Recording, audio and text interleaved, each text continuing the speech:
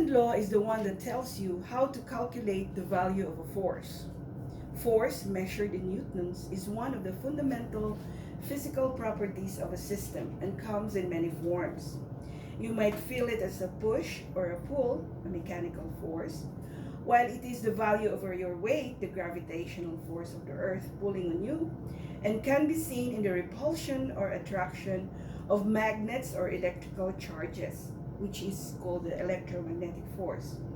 A force might be the result of any number of fundamental physical interactions between bits of matter, but Newton's second law allows you to work out how a force, when it is present, will affect the motion of an object. Like the rest of Newton's physics, the second law of motion holds up for a staggering array of everyday situations and is a workhorse in modern science and engineering. The way almost anything moves can be worked out using his laws of motion. How much force will it take to accelerate a train?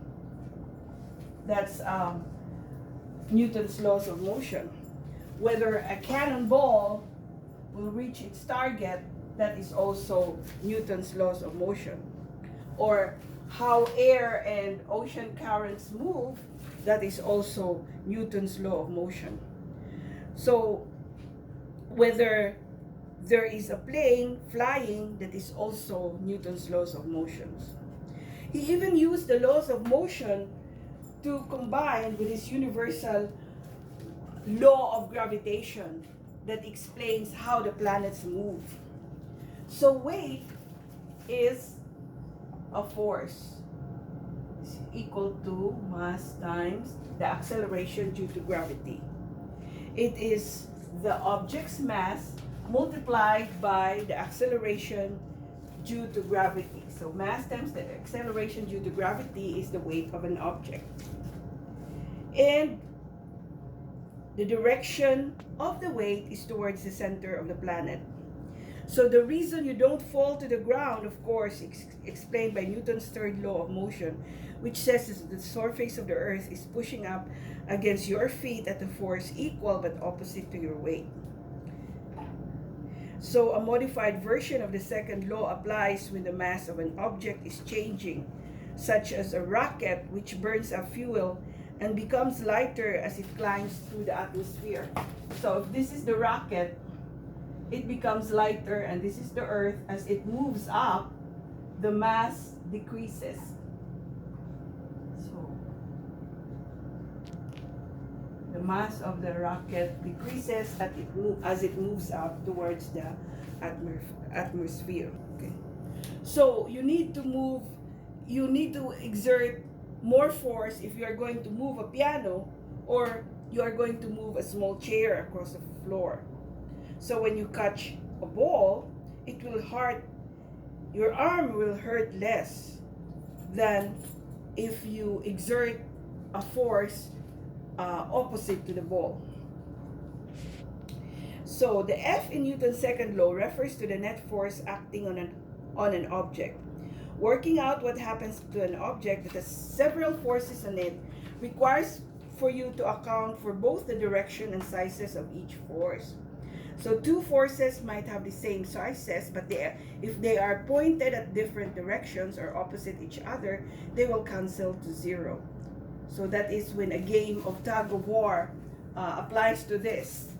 When the other team, so you have a tug of war, so when the other team is directed here and the other team is directed here, F1 and F2, so depends on the stronger team, that is the direction where the net force is.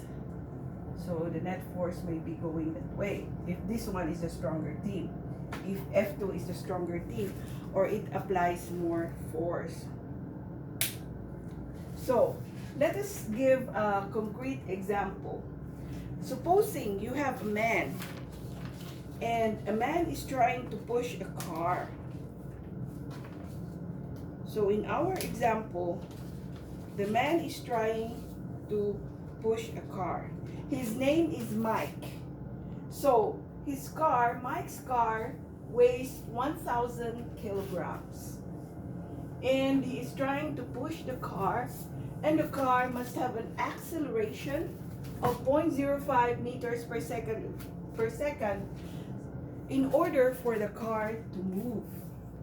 So Mike's car is out of gas, so he is trying to push it towards the gas station. So he can make the car go, it must have an acceleration of 0.05 meters per second. Using Newton's second law, how do we compute for the force Mike is applying to the car? So we know that F is equal to ma. We are looking for the force. We know that the mass is equal to 1,000 kilograms, and the acceleration is equal to 0.05 meters per second. So the force that Mike needs in order to get an acceleration of 0.05 meters per second will be 1,000 kilograms times 0.05 meters per second.